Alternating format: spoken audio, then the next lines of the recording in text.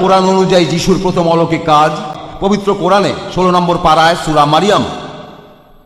পবিত্র কোরআনে একটা অধ্যায় আছে সূরা মারিয়াম, অর্থাৎ চ্যাপ্টার মেরি। এই মেরি বা মরিয়ম কে? মুহাম্মদের মা? না না না, তিনি যিশু খ্রিস্টের মা। যিশুর মায়ের সম্মানে পবিত্র কোরআনে একটা সূরা আছে 16 নম্বর পারায়, সূরা মারিয়াম। আমি বলবো যে যিশু খ্রিস্টের মা মেরি বা মরিয়মকে এত সম্মান বাইবেলেও দেয়া হয়নি। এই কথাটা জানেন? বাইবেলে মেরির নামে কোনো চ্যাপ্টার নেই। এটা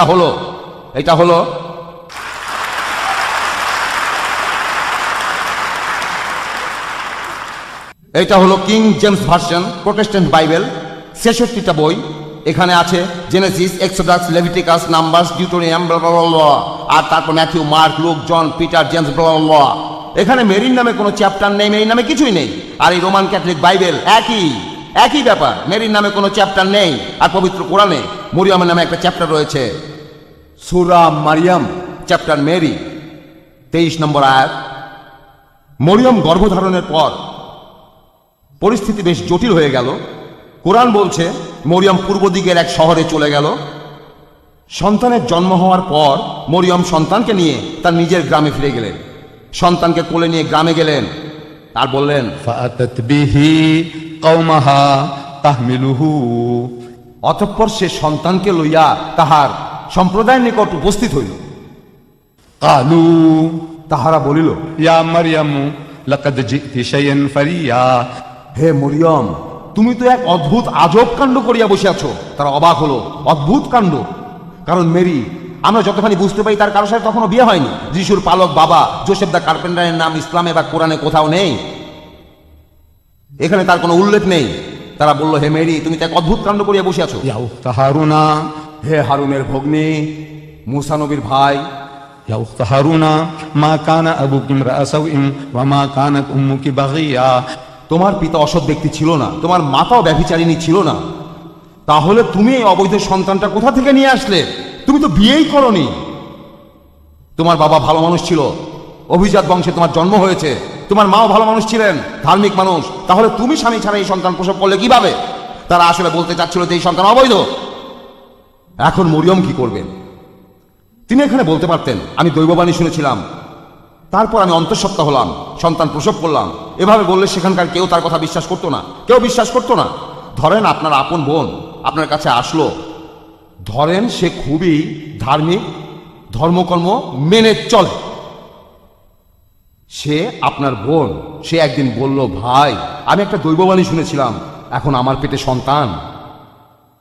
এটা আসলে পবিত্র আত্মা, হোলি স্পিরিট। সবসময় হোলি স্পিরিটের কাছে আমি প্রার্থনা করি, সেই হোলি স্পিরিট আমার কাছে এসেছিল। আমি এখন গর্ভবতী। আপনি তাকে বিশ্বাস করবেন? হ্যাঁ, আপনার বাবা বাসায় নেই, বিদেশ গেছেন। তখন আপনার মা বলল, আমার সোনা শোনো, আমি তোমার বাবাকে স্বপ্নে দেখেছি, আর এখন আমি গর্ভবতী হয়েছি। আপনি বিশ্বাস করবেন আপনার মাকে বা বোনকে?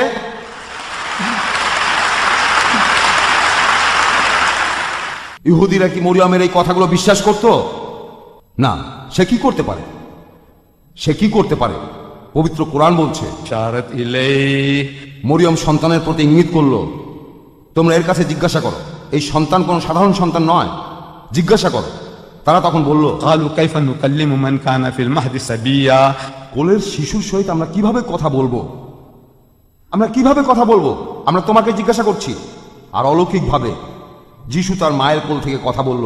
কোরআন বলছে যে, ক্বালা ইন্নী আব্দুল্লাহ, অবশ্যই আমি আল্লাহর প্রেরিত দূত, আমি আল্লাহর রাসূল। আতানিল কিতাব, তিনি আমাকে কিতাব দিয়েছেন, ওয়া জাআলানি নাবিয়্যা, এবং তিনি আমাকে নবী করিয়াছেন।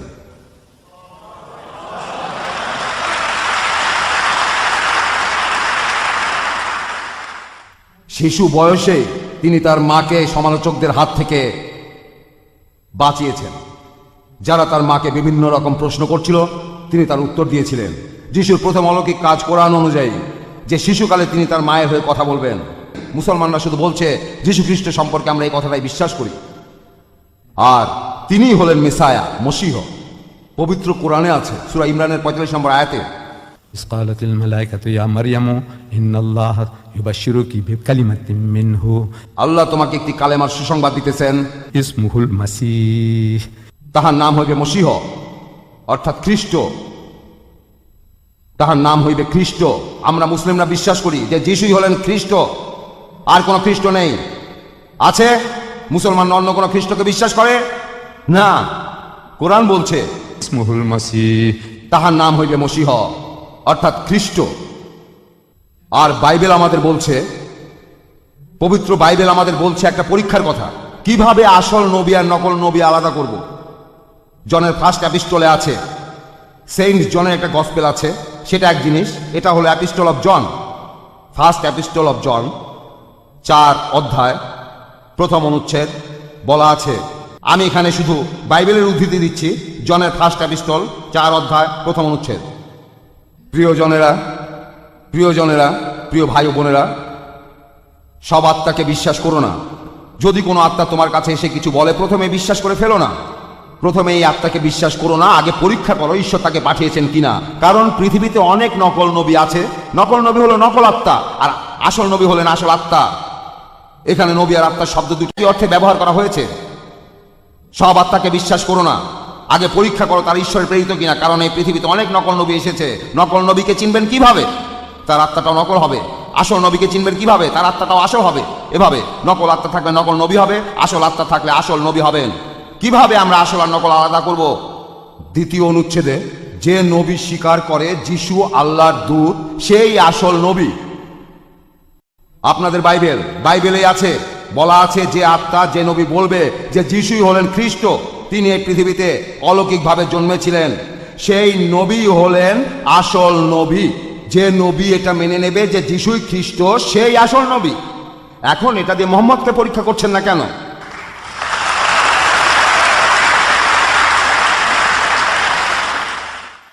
শুধুমাত্র মোহাম্মদই বলেছেন তা নয়, এই পৃথিবীর 120 কোটি মুসলমান, আমাদের ধর্মের প্রত্যেকে বিশ্বাস করি যিশু অলৌকিকভাবে জন্মেছিলেন, তিনি হলেন খ্রিস্ট। তিনি মৃত মানুষকে জীবিত করেছেন ঈশ্বরের অনুমতি নিয়ে। তিনি জন্মান্ধর কুষ্ঠরোগী সারিয়েছেন ঈশ্বরের অনুমতিতে। তারপরও খ্রিস্টানরা আমাদের মনে করে খ্রিস্টের বিরোধী। আমরা কি করব? আমরা এখন তাদের শেখাবো সত্যি কথাটা আসলে কি। তবে তার আগে আমাদের নিজেদেরই শিখতে হবে। আর যদি আমরা শিখতে চাই তাহলে এই বইটা আমাদের লাগবে। প্রত্যেক মুসলমানের অবশ্যই এই বইটা রাখা উচিত। যদি 2টা বই কেনার সামর্থ্য থাকে 2টা কেনেন। একটা দেবেন আপনার খ্রিস্টান বন্ধুকে, প্রতিবেশীকে, তাদের একটা বই দেন, একটা বই উপহার দেন। আপনার বস, তাকে উপহার দেন। আপনার কর্মচারী, তাকে উপহার দেন। দেখেন, এটা পবিত্র কোরআন। আমরা মুসলমানরা এই বইটাকে অনেক সম্মান করি। যখন আমাদের শরীর অপবিত্র থাকে তখন আমরা বইটা ধরি না। তাই বইটা ধরার সময় শরীর পবিত্র রাখবেন, আর বইটা ধরার আগে হাতটা ধুয়ে নেবেন। বইটা দিয়ে দিন।